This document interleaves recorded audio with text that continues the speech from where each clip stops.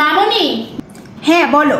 বাজারে না সজনে উঠেছে, দেখে আর লোভ সামলাতে পারলাম না, তাই নিয়ে চলে আসলাম। তুমি এটা রুই মাছ দিয়ে আমাকে রান্না করে দেবে। অসংখ্য ধন্যবাদ, কারণ সজনেটা আমারও অনেক পছন্দ। আর একবার ধন্যবাদ, তুমি খুব সুন্দর করে কেটে ধুয়ে পরিষ্কার করছো। আলু দিয়ে রান্না করবো, তাই তো? চলো তাহলে চলে যাই আমরা কিচেনে। মাছগুলো খুব ভালো করে ধুয়ে পরিষ্কার করে রাখা হয়েছে।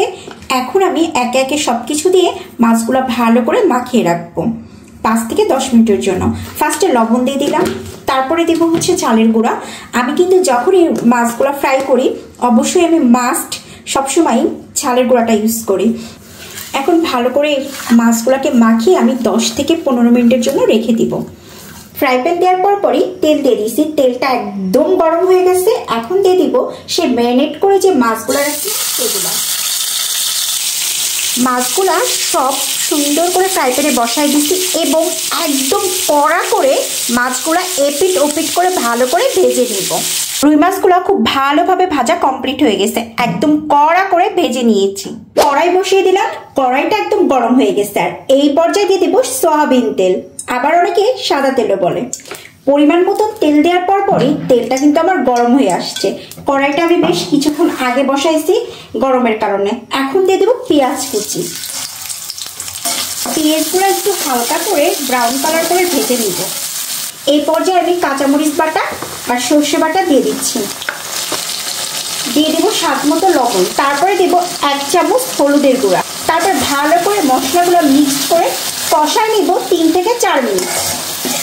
মশলাটা খুব ভালোভাবে কষানো কমপ্লিট হয়ে গেছে এবং মশলা দিয়ে তেলও উপর দিয়ে খুব ভালোভাবে ছেড়ে দিয়েছে। আর এই পর্যায়ে আমি সজনেটা দিয়ে দিব, সজনে আর আলুটা দিয়ে ভালো করে কষিয়ে নিব।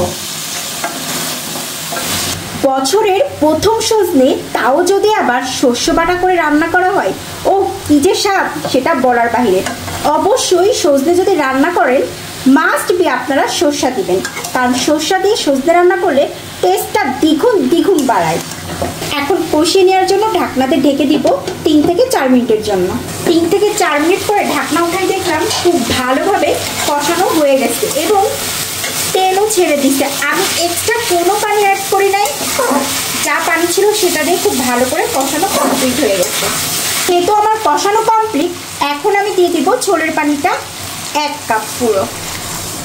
যার যতটুকু ঝোলের পানি প্রয়োজন অতটুকুই দিবেন। আমি আবার একটু মাখা মাখা ঝোল রাখবো, এই জন্য পরিমাণ মতন পানি দিলাম।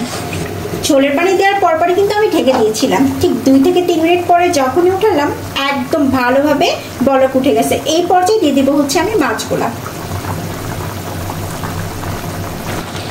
এখন আমি আবার ঢাকনাতে ঢেকে দেবো জাস্ট 2 মিনিটের জন্য, তারপরে কিন্তু আমার রান্না কমপ্লিট।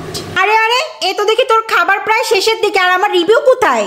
আরে রাখো তোমার রিভিউ, তরকারিতে যে এত টেস্ট হয়েছে পরে রিভিউ দিব, আগে খেয়ে শেষ করি। আজকে যে আমার রিভিউ দেয় প্রত্যেকদিন খাবারের, সে আজকে খাবারটা আগে শেষ করে ফেলছে। অবশ্যই কিন্তু আপনারাও বাসায় এই রেসিপিটা ট্রাই করবেন। আজকের ব্লগটি এই পর্যন্ত কি। আল্লাহ হাফেজ এভরিওয়ান।